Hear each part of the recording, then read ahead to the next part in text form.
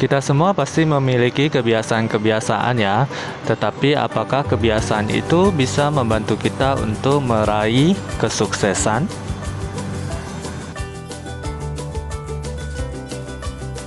Nah, di sini saya mau memperkenalkan satu buku yang berjudul Seven Habits Highly Effective. Jadi, 7 kebiasaan yang efektif bagi kita. Buku ini adalah karangan dari Stephen R. Covey ya. Jadi buku ini sangat bermanfaat untuk merubah kebiasaan-kebiasaan jelek kita yang tidak berguna bagi kita untuk meraih sebuah kesuksesan. Kalian pasti banyak yang berpikir, buat apalah baca buku, gimana caranya bisa meraih kesuksesan? Ya, di dalam ada dijelasin, kalau Anda hanya membaca, tidak mempraktekkan, itu sama saja ini buku adalah buku kosong, adalah buku sampah. Jadi, kalau kita sambil baca, sambil mempraktekkan isinya, itu akan menjadi suatu kebiasaan yang efektif buat kita untuk meraih kesuksesan yang kita inginkan. Nah, itu adalah isi-isi dari buku ini ya, bagian 1, 2, 3, dan 4. Dan sekarang masuk yang bagian 1 itu adalah paradigma dan prinsip. Jadi kita harus merubah paradigma kita dulu. Seperti tadi ngomong, buat apalah baca buku, udah ada gunanya. Jadi kalau kita tidak selamanya tidak mempunyai pandangan yang luas, tidak arah ke yang bagus, otomatis itu tidak akan membantu kita. Jadi kita harus memulai dengan pandangan yang positif. Jadi kita diajari dari dalam keluar ya, merubah diri kita sendiri dulu ya. Semua sumber kebiasaan pasti berasal dari dalam diri kita ya. Jadi kita disuruh merubah dari dalam ke luar.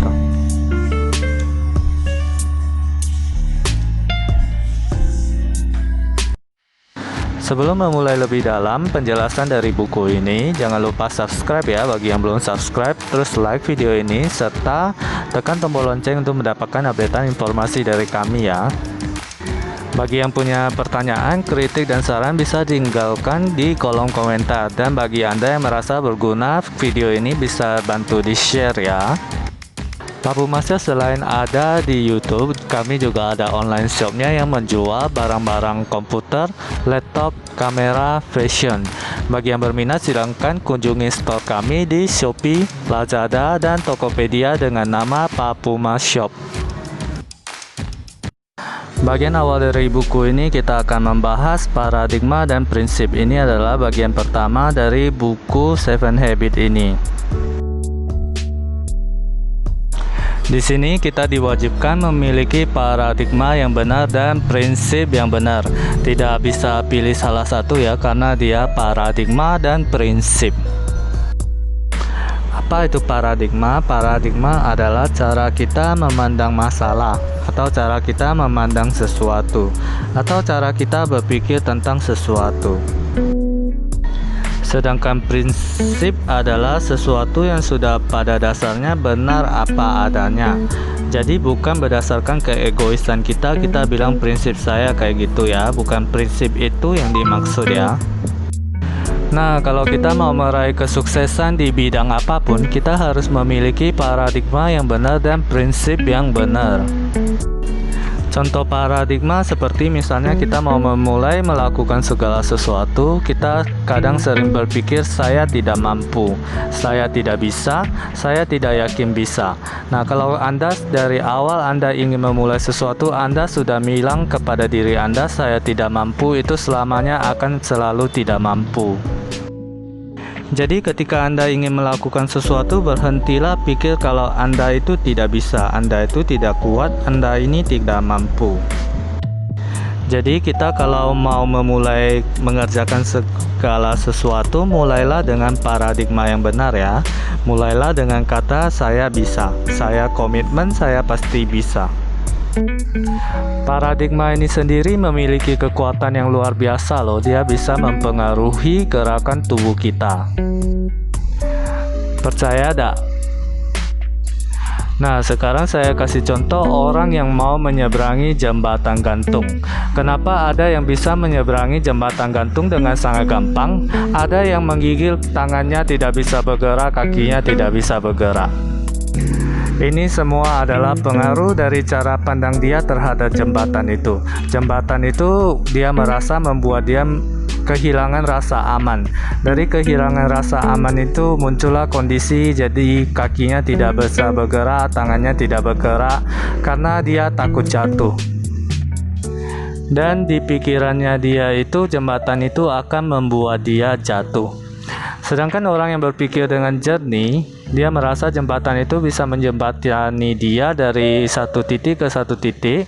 Dia yakin dia bisa melewatinya, dia yakin itu aman, jadi dia melangkah dengan tegap dan bisa mencapai sampai titik ujung yang ingin dia capai.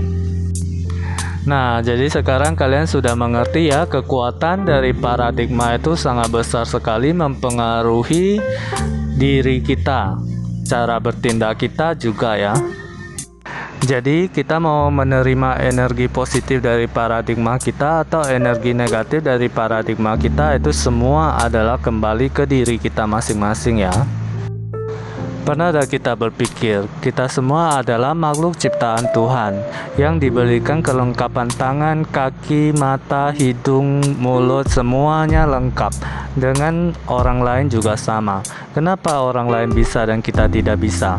Karena pikiran kita lah yang membatasi kita tidak bisa. Kita membuat diri kita tidak bisa. Bukan Tuhan membuat kita tidak bisa, tapi dalam diri kita lah yang membuat kita tidak bisa.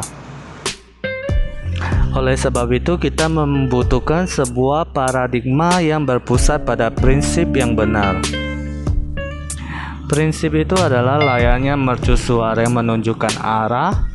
Prinsip merupakan hukum alam yang tidak dapat dilanggar. Prinsip adalah pedoman berperilaku yang terbukti mempunyai nilai yang langgeng dan permanen. Prinsip bersifat mendasar. Prinsip pada dasarnya tidak dapat disangkal karena dengan sendirinya sudah jelas.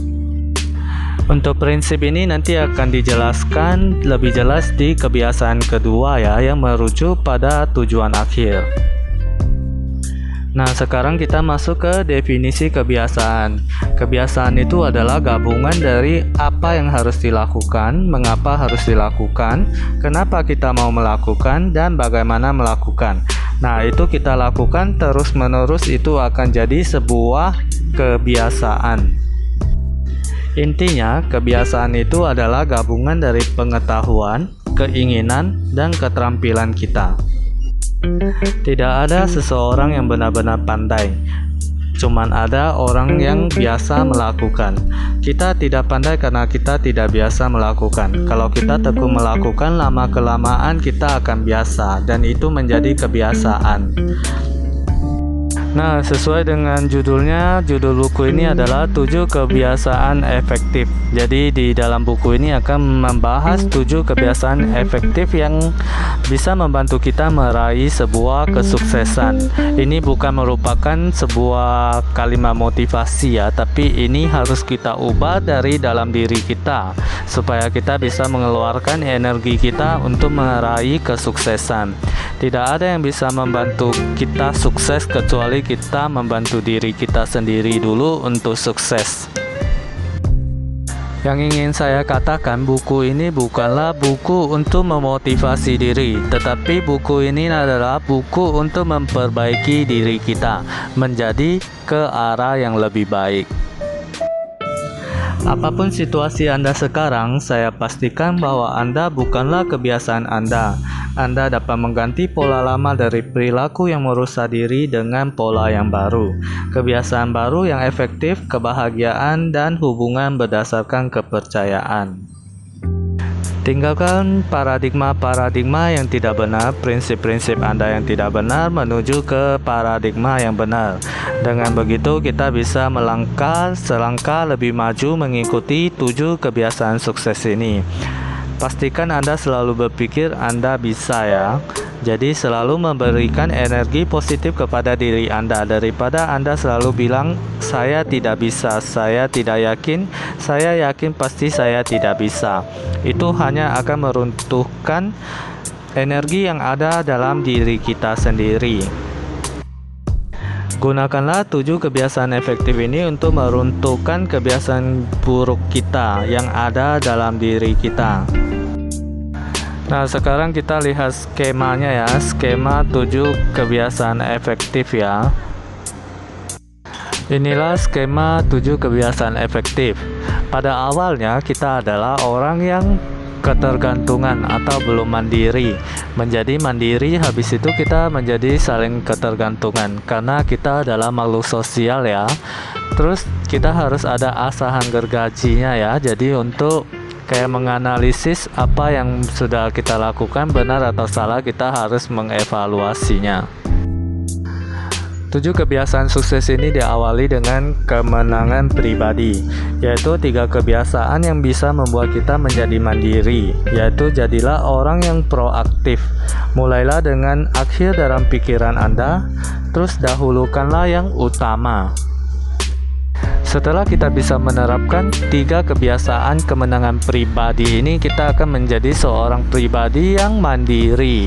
Setelah kita menjadi pribadi mandiri, kita baru bisa masuk ke kemenangan publik atau ke saling ketergantungan. Orang yang tidak mandiri tidak akan bisa masuk ke kesaling ketergantungan ya, karena dia aja tidak bisa mengurus dirinya sendiri, apalagi mau mengurus diri orang lain. Nah, yang kebiasaan ketujuh ini adalah asahan gergaji. Jadi seperti asahan untuk ke-6 kebiasaan ini ya, untuk menganalisis apa kita sudah benar melakukannya atau belum. Demikianlah bagian 1 dari 7 Habits of High Effective People.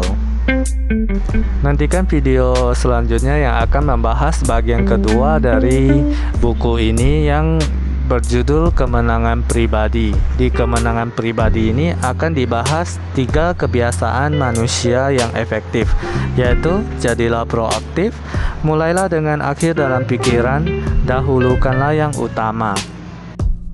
Terima kasih bagi yang sudah menonton video ini dari awal sampai akhir. Semoga bermanfaat ya. Sampai jumpa lagi di bab berikutnya ya. Bye.